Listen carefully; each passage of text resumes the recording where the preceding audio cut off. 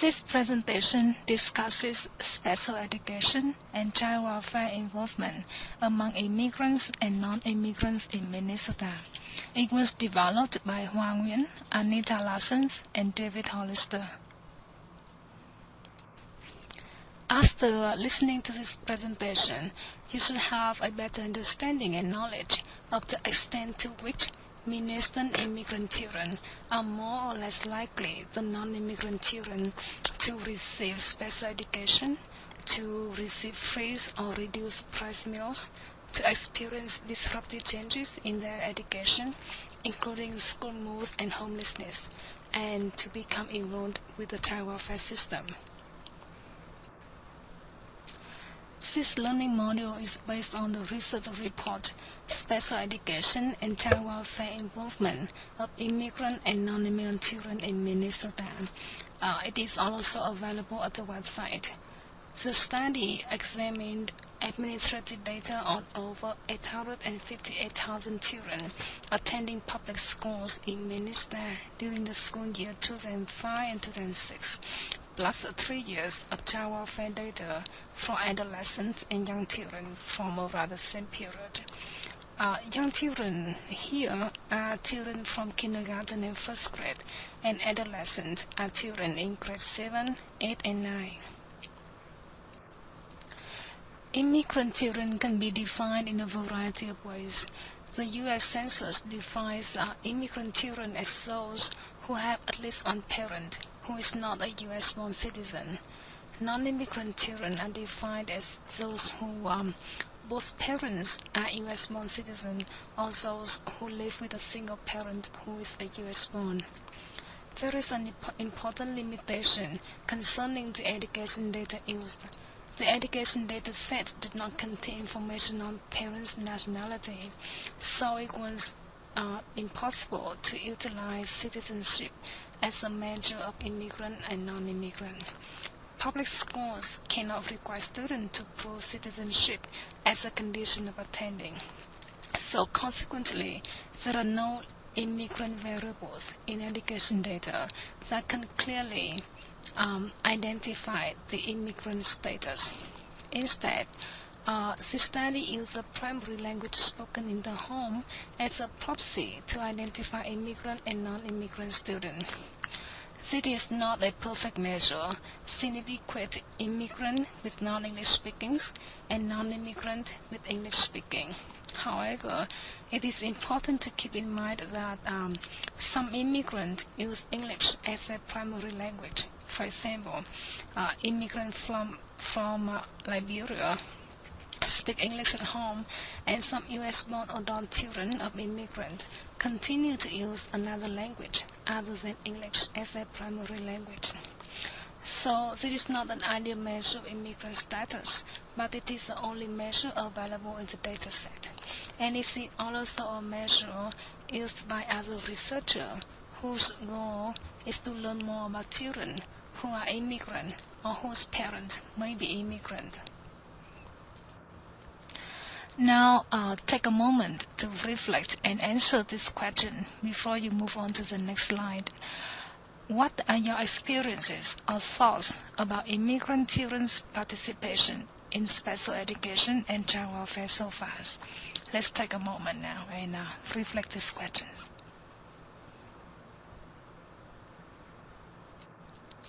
In this module, we will discuss two main things.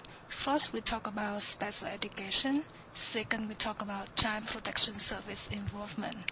And we will see how English-speaking versus non-English speaking students compare in these two areas using both results from our study and findings from literature review. So now, please follow the link below and read the journal article on the physical and psychological well-being on immigrant children. Now let's start with special education. As defined in the Individuals with Disabilities Education Act, it's called IDEA. A child with disability is a child with mental retardation, hearing impairments, speech or language impairment, visual impairment, serious emotional disturbance, orthopedic impairment, or other health impairment, or specific learning disabilities, and who needs special education and related services. By analyzing data on more than 800,000 students, our findings show that non-English speaking students were disproportionately less likely to participate in special ed in overall compared to English speaking students.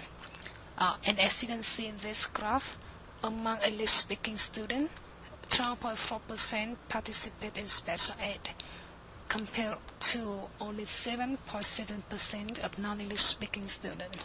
And the average for participation in special ed in Minnesota from most year are 12 to 13%. Now, looking more closely into different ethnicity, the data showed that among non-English speaking students, the percentage of students who participate in special ed varied by ethnicity. For example, Somali and Ethiopian speaking students were the least likely to participate in special ed among all ethnic groups, or only 4.8% Somali and 3.5% Ethiopian speaking students participate in special ed.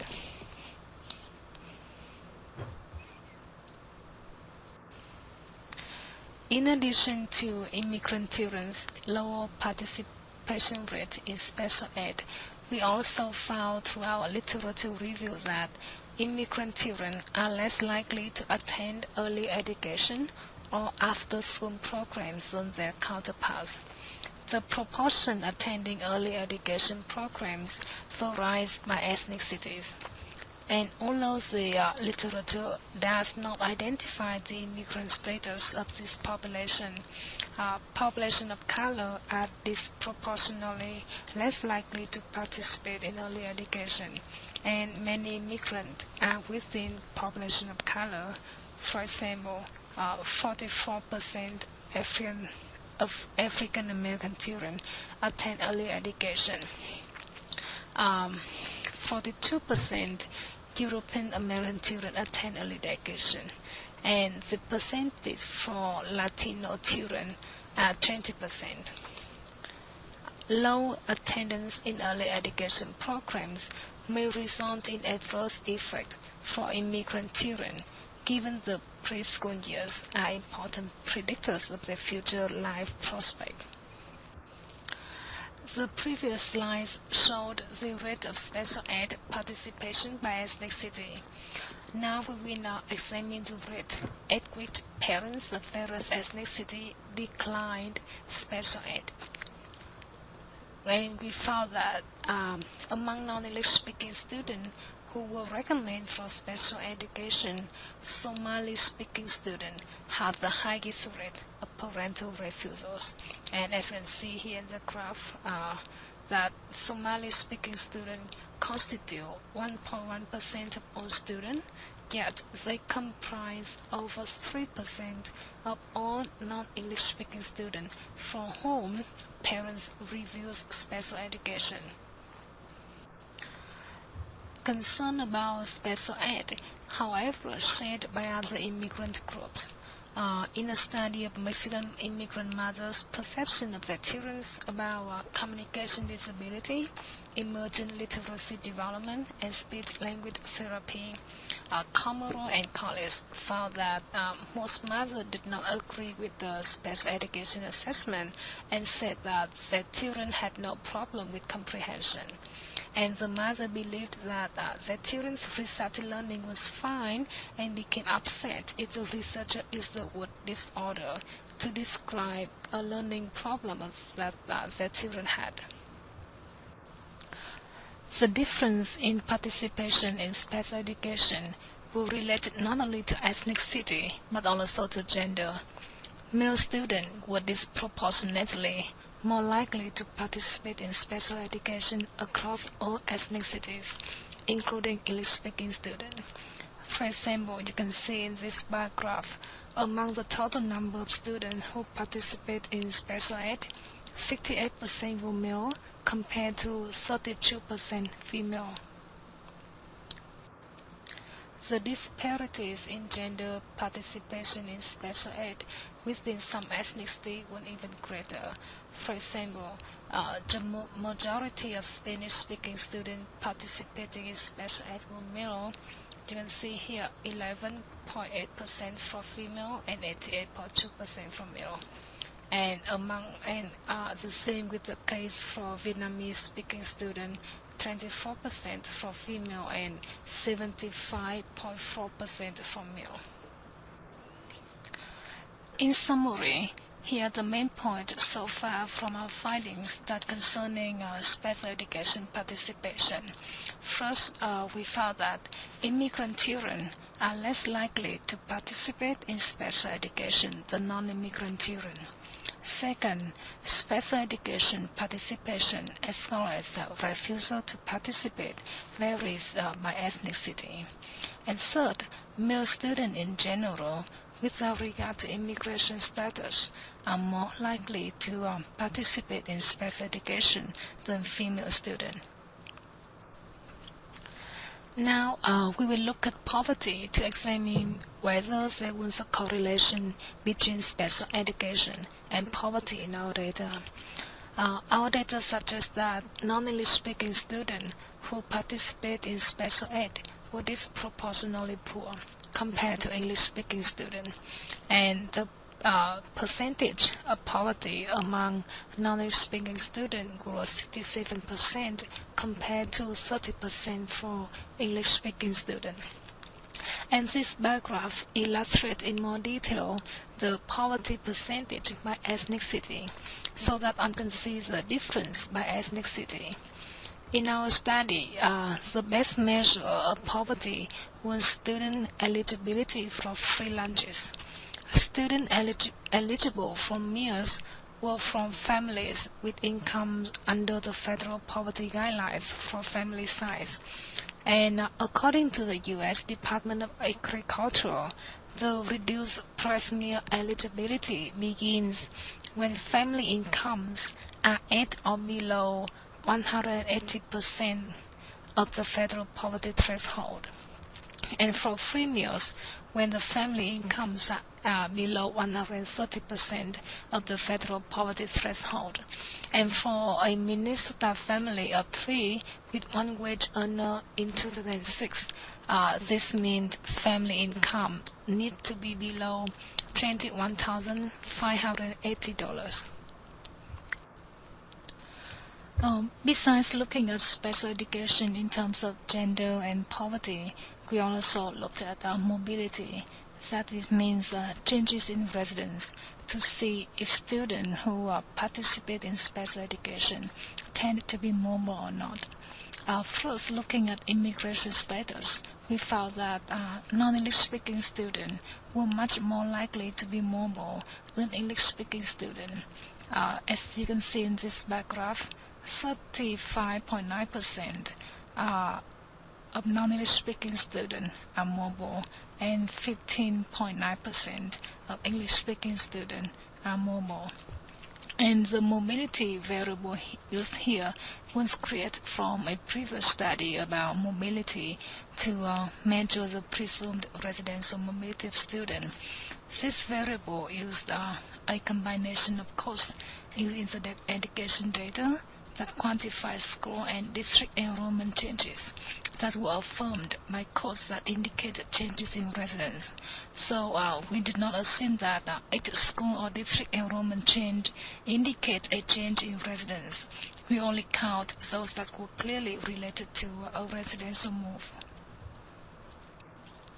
This figure examines special education participation and mobility together, since mobility can complicate a school's ability to assess the needs of students and to serve them.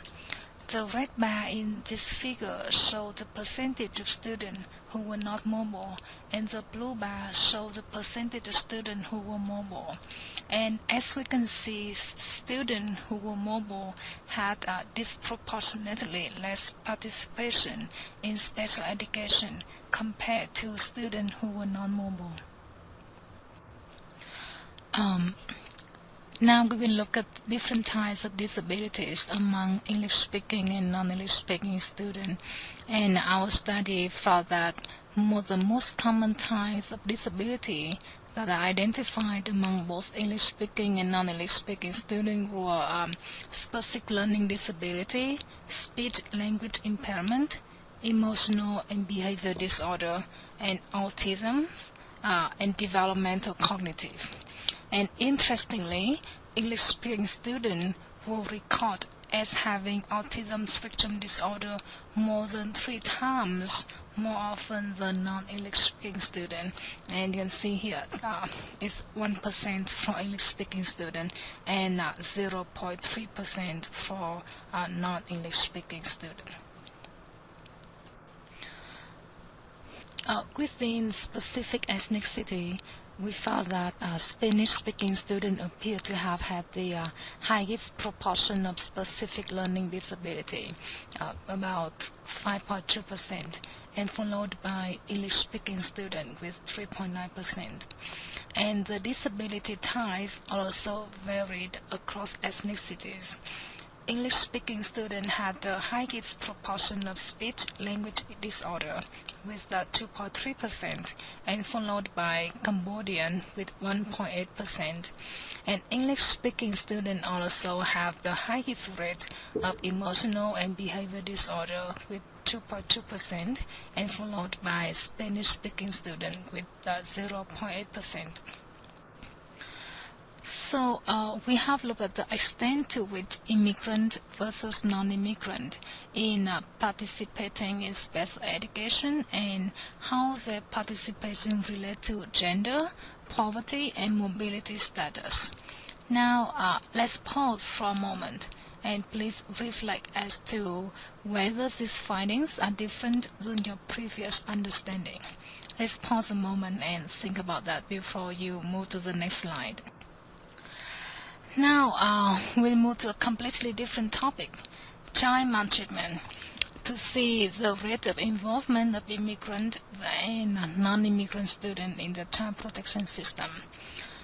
Each state has its own definition of child abuse and neglect based on the standards set by federal and state laws. And the Child Protective Service unit within each state respond to the safety needs of children who are alleged to have been maltreated based on the state definition.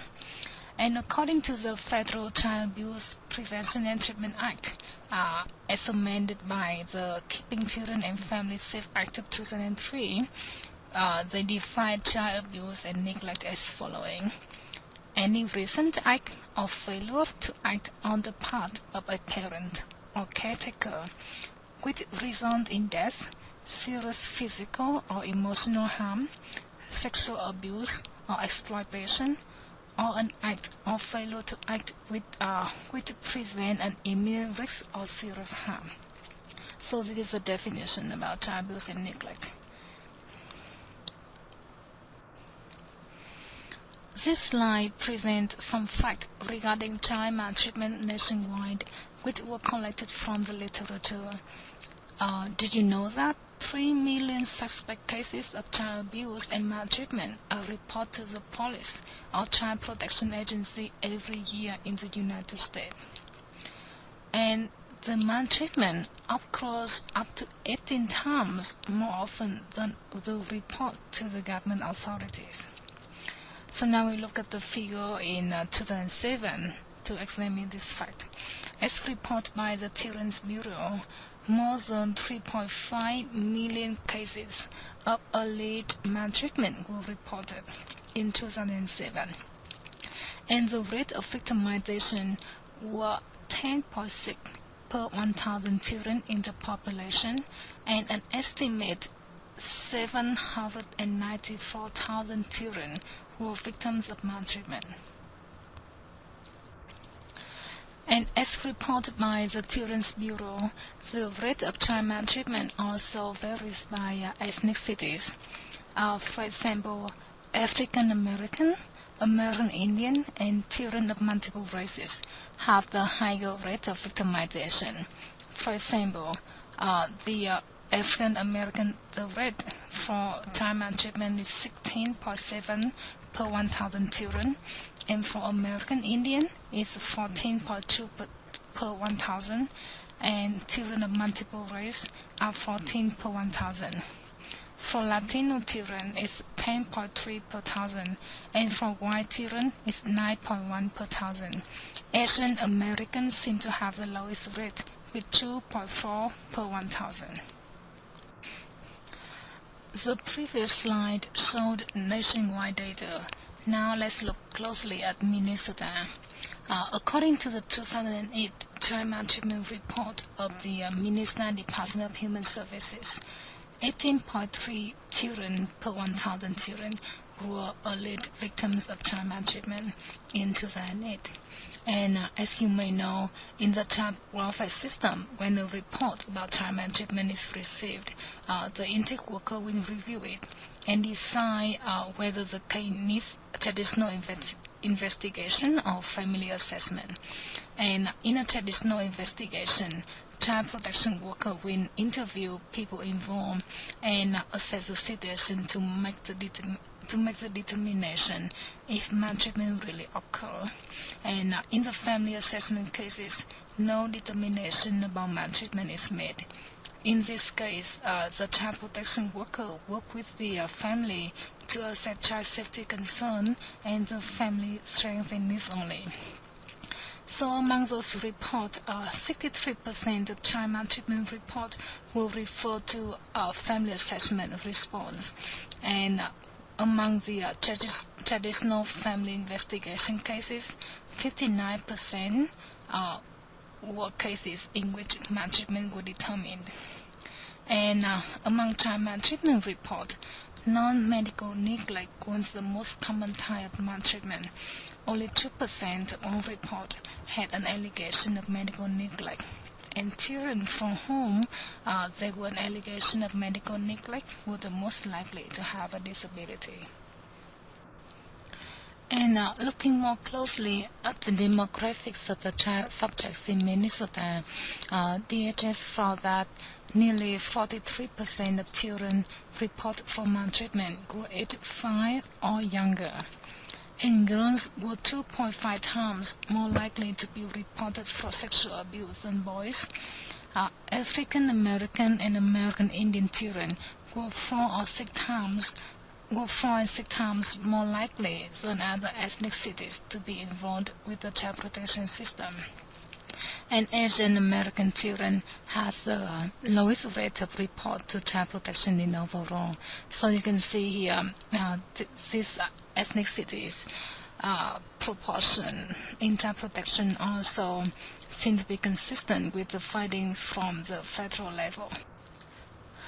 Going back to data from our study, in terms of English-speaking and non-English speaking students, our data show that the percentage of determined child maltreatment for English-speaking and non-English-speaking students in Minnesota were very similar. And as you can see in this figure, the percentage for English-speaking students is 10.9% and 9.2% for non-English-speaking students. This data seems to be much higher in comparison to the rate of the Children's Bureau. However, it is because we calculate by percentage, and it's out of the two groups that are more likely to be involved with the child protection system. That is, we only count young children, including kindergarten and first grade, and adolescents, including grade 7, 8, and 9. And not considering immigrant status, our data also suggests results similar to DHS in terms of gender. And as you can see in this graph, female children in Minnesota were disproportionately more likely to experience maltreatment than were males. And the percentage is 56.1% for female and 43.9% for males.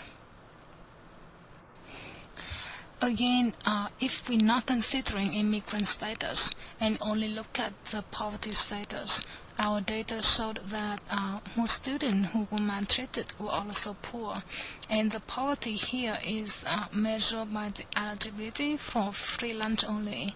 And if we look at the eligibility for both free and reduced price meal, then the percentage of children who are poor would be even much higher.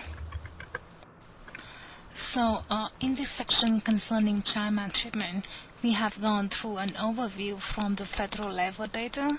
Then we go to the Minnesota state level data and have found some consistency that African American and American Indian are more likely to be involved in the child protection system.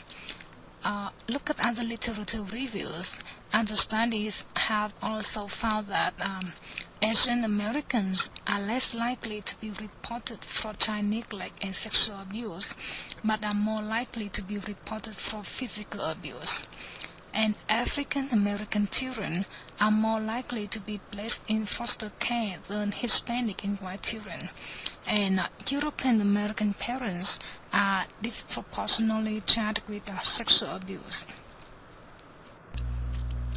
So what accounts for these differences?